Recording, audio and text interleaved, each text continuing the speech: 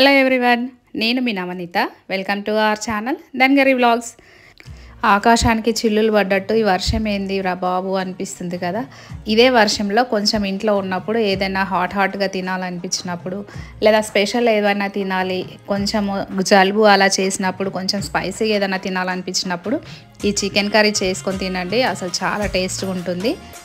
రెగ్యులర్గా మామూలుగా chicken fry, chicken curry మనము ఇంట్లో చేసుకున్నట్టు కాకుండా జింజర్ చికెన్ ఒక్కసారి ట్రై చేసి చూడండి. అసలు మళ్ళీ చేసుకుంటారు మీరు, అంత టేస్ట్ ఉంటుంది. దీనికి ఎక్కువగా ఇంగ్రీడియంట్స్ ఏం అవసరం లేదు. పెద్దగా మనం రెగ్యులర్గా చేసుకునే చికెన్, కాకపోతే సోయా సాస్, హనీ ఇవి రెండు ఎక్స్ట్రా యాడ్ చేసుకోవాల్సి ఉంటుంది. ప్రాసెస్ ఏంటో నేను చూపిస్తాను. ముందుగా ఇందులోకి ఏమేమి కావాలి అనేది నేను ఇక్కడ చూపిస్తాను. నేను ఇక్కడ 1/2 kg చికెన్ తీసుకుంటున్నాను. 1/2 kg చికెన్కి 1 కప్పు పెద్ద కప్పు ఆనియన్స్ సన్నం చాప్ చేసుకున్నవి పెద్ద కప్పు, 1 కప్పు పెరుగు, సాల్ట్, పసుపు, అల్లము. ఎందుకంటే జింజర్ చికెన్ కదా, మనం ఇక్కడ జింజర్ ఎక్కువగా వాడతాము. వెల్లుల్లిపాయలు ఒక 3-4 మాత్రమే వేసుకుంటున్నాను. తర్వాత పచ్చిమిర్చి, అల్లం చాప్ చేసుకున్నది, ఉప్పు, కారము, ధనియాల పొడి, జీలకర్ర పొడి, pepper, sauce, honey, whole spices and కొత్తిమీర. ఇక్కడ నేను చికెన్ 1/2 kg ముందే తెచ్చి శుభ్రం చేసి పెట్టుకున్నాను. ఇంకా తర్వాత ఇవన్నీ ఈ విధంగా రెడీగా పెట్టుకుంటే ఈ ప్రాసెస్ ఈజీగా అయిపోతుంది మనకు. సన్నం తరిగి పెట్టుకున్న అల్లము, అందులోకి ఒక 2-3 రెబ్బల వెల్లుల్లిపాయలు, తర్వాత పచ్చిమిర్చి, ఇది పేస్ట్ చేసి పక్కన పెట్టుకోవాలి. తర్వాత కడాయిలో ఆయిల్ వేసేసి అది కొంచెం వేడవనియాలి. అది వేడైన తర్వాత మనకు ఇందాక మనం పక్కన పెట్టుకున్నాం కదా ఈ హోల్ స్పైసెస్, షాజీరా, గరం మసాలా, దాల్చిన చెక్క, ఒక బిర్యానీ ఆకు ఇలా ఆయిల్లో వేయాలి. అది కొంచెం వేడెక్కిన తర్వాత మనం ఇందాక సన్నం తరిగి పెట్టుకున్న ఆనియన్ స్లైసెస్ ఏవైతే ఉన్నాయో అవి ఇందులో వేసేసేయాలి. ఆనియన్స్ చాపర్తో కట్ చేసుకుంటే మనకు సన్నంగా బాగుంటుంది, గ్రేవీ కూడా చాలా ఎక్కువగా వస్తుంది. అలా ఆనియన్స్ కొంచెం పచ్చివాసన పోయి కొంచెం ఇదయ్యేసరికి మనం ఇందాక పక్కన ఏదైతే పేస్ట్ చేసి పెట్టుకున్నామో అల్లం, వెల్లుల్లిపాయ, పచ్చిమిర్చి, ఆ పేస్ట్ ఇందులో వేసేయాలి. అది కూడా కొంచెం పచ్చివాసన పోయేదాకా ఆయిల్లో కలపాలి బాగా. అది కొంచెం పచ్చివాసన పోయినాక ఇందులోకి మనం సాల్ట్ వేసుకోవాలి. ఇందాక మనం అన్నీ రెడీ పెట్టుకున్నానని చెప్పిన కదా, అదేవిధంగా ఈ సాల్ట్ మొత్తం మనము ఇది ఓన్లీ ఈ దానికి మాత్రమే సరిపోతుంది. గ్రేవీ ఏమైనా కావాలనుకుంటే మళ్ళీ వేసుకోవచ్చు. సాల్ట్ అందరికీ తెలిసిన విషయమే కదా, మనం సర్వ్ చేసుకొని వేసుకుంటే సరిపోతుంది. సాల్ట్ కూడా వేసిన తర్వాత ఈ విధంగా కొంచెం ఆనియన్స్ కలర్ చేంజ్ అవుతున్న టైంలో పుదీనా, కొత్తిమీర ఏది ఉంటే అది వేసేసుకోవాలి. పుదీనా లీవ్స్ లేవు నా దగ్గర, ఇక్కడ ప్రస్తుతానికి నేను కొత్తిమీర మాత్రమే వేస్తున్నాను. పుదీనా వేసుకుంటే ఇంకా ఫ్లేవర్ బాగుంటుంది.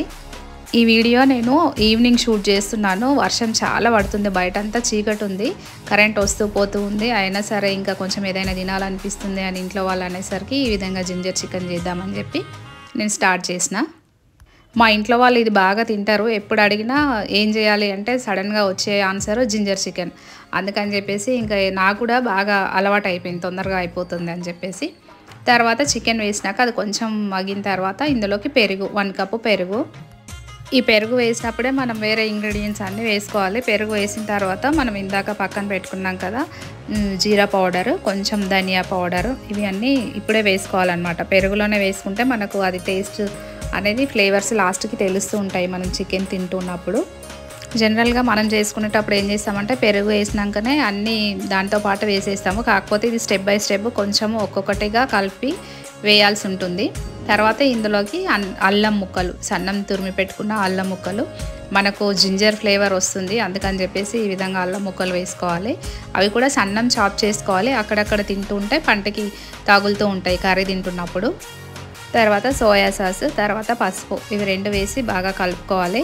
సోయా సాస్ మనము ఒక 2 టేబుల్ స్పూన్స్ వేసుకోవాలి. నేను చెప్తున్నాను 1/2 kg కర్రీకి 2 టేబుల్ స్పూన్స్ సోయా సాస్ అయితే సరిపోతుంది. సోయా సాస్ వేసిన తర్వాత పసుపు వేయాలి. అవి 2 అన్నీ ఒకేసారి మళ్ళీ ఈ విధంగా కలుపుకోవాలి. మనం ఇక్కడ ఏం వేయట్లేదు. తర్వాత ఒక 2 టేబుల్ స్పూన్స్ హనీ, అదేనంటే తేనె వేసుకోవాలి.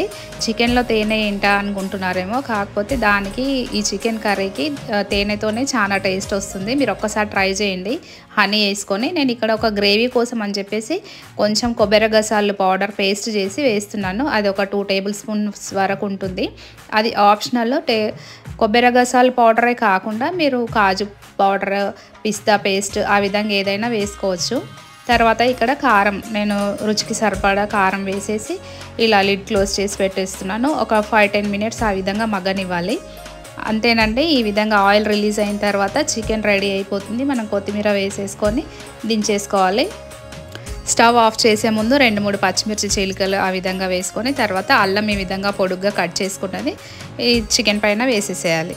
ఇలా జింజర్ చికెన్ ఎప్పుడు చేసుకున్నా రోటీ మాత్రం ఈ విధంగా చేసుకోండి. చాలా టేస్ట్ కాంబినేషన్ చాలా బాగుంటుంది. ఒకసారి ట్రై చేయండి. ఇది బటర్ నాన్ రోటీ చేస్తున్నాను నా స్టైల్లో సింపుల్గా. గోధుమ పిండి తీసుకుంటున్నాను 1 కప్పు.